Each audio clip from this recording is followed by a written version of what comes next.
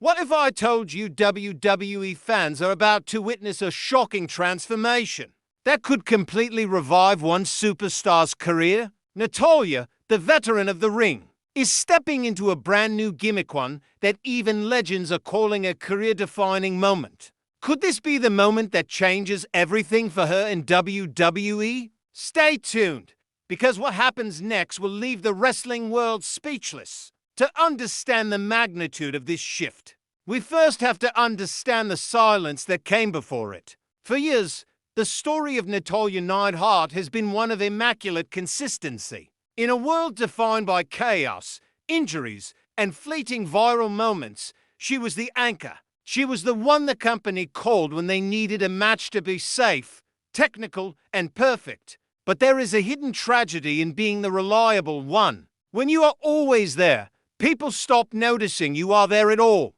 You become part of the furniture, a fixture of the background, essential to the structure but invisible to the eye. For the last decade, the wrestling world has viewed her through a specific lens: the legacy, the technician, the gatekeeper. She was the test that new stars had to pass. If you could have a good match with Natalya, you belonged in the big leagues. But being the test means you are rarely the main event. The emotional toll of this role is something rarely discussed in the dirt sheets or the press conferences. Imagine the feeling of watching wave after wave of new talent rise, capture the spotlight, and then fade away while you remain in the exact same spot. It creates a pressure cooker of suppressed ambition, a quiet frustration that builds not over weeks, but over years. The fans felt it too. There was a growing sentiment online, a low hum of conversation suggesting that perhaps her best days were in the rearview mirror. They respected her, certainly, but they didn't fear her. They didn't wonder what she would do next because they thought they already knew. In the theater of combat, predictability is a slow form of retirement. The character of Natalya had become a known quantity, a safe bet in a gambling game. But safety is the enemy of history. Deep down, beneath the polished interviews and the smiling meet and greets, something was shifting. The tectonic plates of her career were grinding together. It wasn't about anger. It was about evolution. It was the realization that to survive in this new era of wrestling, an era of blurred lines and hyper-reality, she couldn't just be the Queen of Hearts anymore. She had to become something else. Something that would shatter the glass ceiling of expectation that had been built over her head. The calm before the storm was deceptive. It looked like just another week of television, just another scheduled appearance. But in the creative meetings, in the private gym sessions, and in the quiet drives between cities, the blueprint for a shockwave was being drawn. The world saw a veteran winding down. She saw a predator waiting to strike. Then came the night the script flipped. It wasn't announced with pyrotechnics or a heavy marketing campaign. In fact, the lack of fanfare was the first clue that something was wrong, or perhaps finally right. Usually, when a superstar enters the arena, the music is a Pavlovian trigger. We hear the guitar riff, the drum beat, and we know exactly how to feel. We cheer, we boo, we react on cue. But on this night, the audio was different. It was a distortion, a slow, warping sound of her traditional theme, twisted until it sounded less like an anthem and more like a warning siren. When she stepped through the curtain, the visual shock was immediate.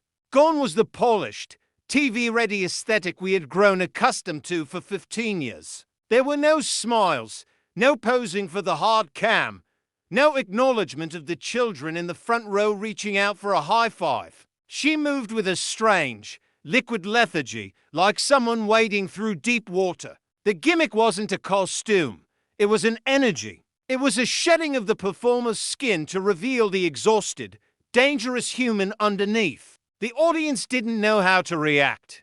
This is the holy grail of wrestling storytelling: genuine confusion. For a few lingering seconds, the suspension of disbelief was broken, replaced by a tangible concern. Was this part of the show? Was she okay? She walked to the ring not as a character, but as a ghost of the business. The commentary team, usually so full of hyperbole and buzzwords, fell into a hushed, awkward silence. They stopped selling the match and started selling the mood. This transformation was subtle, but violent in its implication. By refusing to play to the crowd, she was rejecting the unspoken contract between wrestler and fan. She was no longer there to entertain us. She was there to exist in her own reality. The colors were muted blacks, grays, stark whites. It felt less like a wrestling segment and more like a piece of avant-garde cinema. She entered the ring and simply stood there, staring into the void, ignoring her opponent entirely. It was disrespectful, it was unsettling, and it was absolutely magnetic. This was the hook. Not a physical attack, but a psychological one. She was presenting a mirror to the industry. The gimmick seemed to scream, "You wanted my body and my skills for years, but you never wanted me." It was a manifestation of burnout turned into a weapon. The fans, sensing the shift, stopped looking at their phones. The popcorn chewing stopped. The arena temperature seemed to drop 10 degrees. In a world of high spots and acrobatic feats, she was doing the most radical thing possible. She was forcing us to look at the silence. The ripple effect of this transformation was instantaneous, and it extended far beyond the ring ropes.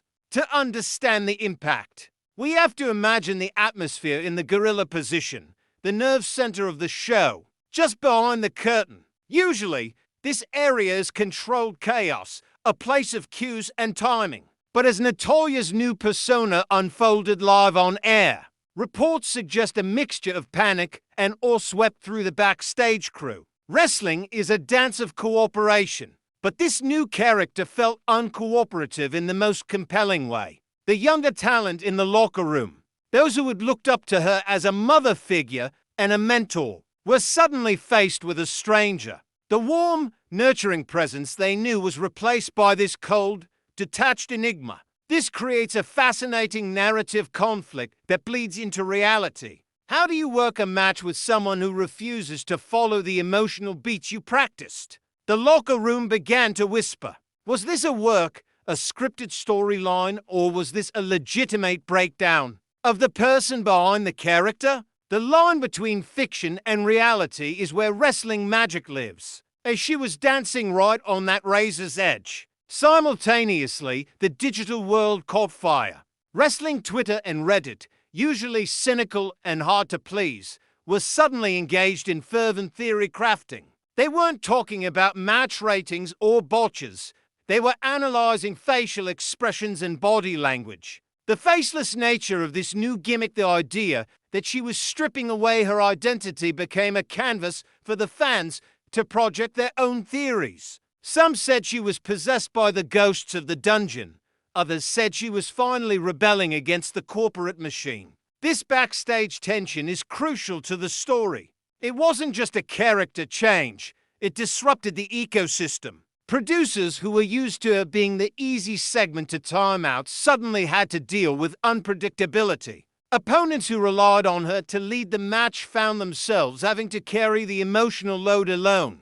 By withdrawing her usual support, she forced everyone around her to step up a sync. It was a masterclass in passive-aggressive dominance. She wasn't burying her opponents with moves, she was burying them with presence. The uncomfortable atmosphere she generated became the show's biggest selling point. People tune in for car crashes, but they stay for mysteries. And for the first time in a decade, Natalya was the biggest mystery on the card. The reliability was gone, replaced by a volatile potential energy that made every second she was on screen feel dangerous. We cannot discuss this transformation without touching upon the sacred ground of legacy. The Hart family name is royalty in this business, synonymous with technical excellence and a specific kind of gritty integrity. For her entire career, Natalya has carried the weight of that pink and black legacy. She has been the steward of the Hart Dungeon's memory. But stewardship is a heavy burden. It requires you to look backward, to honor the past, often at the expense of your own future. This new gimmick, however, twisted that legacy into something darker. It wasn't about honoring the past anymore. It was about being haunted by it.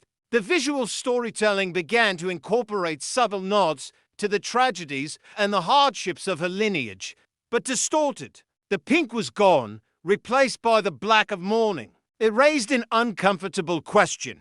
Is this what the business does to the hearts? Does it use them up until they break? This is where the emotional core of the story truly lies. It challenged the fans who claimed to love the Attitude Era or the hard times of the past. Here was a living embodiment of the toll that era takes. By adopting this darker, more cynical persona, she wasn't just reinventing herself, she was critiquing the very history she represents. It was a deconstruction of the wrestling royal family trope. Imagine the internal conflict of the character.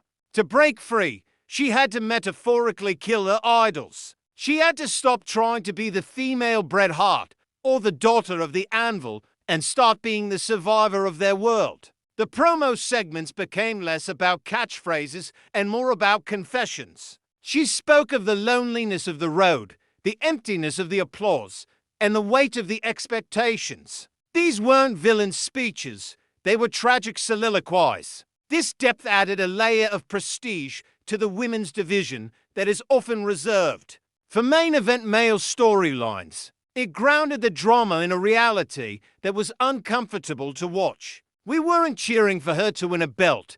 We were watching a woman wrestle with her own heritage. The dungeon was no longer a place of training in her story, it was a prison. She was trying to escape, and the fans, realizing the depth of this storytelling, stopped chanting generic slogans and started watching with a reverence, usually saved for retirement matches.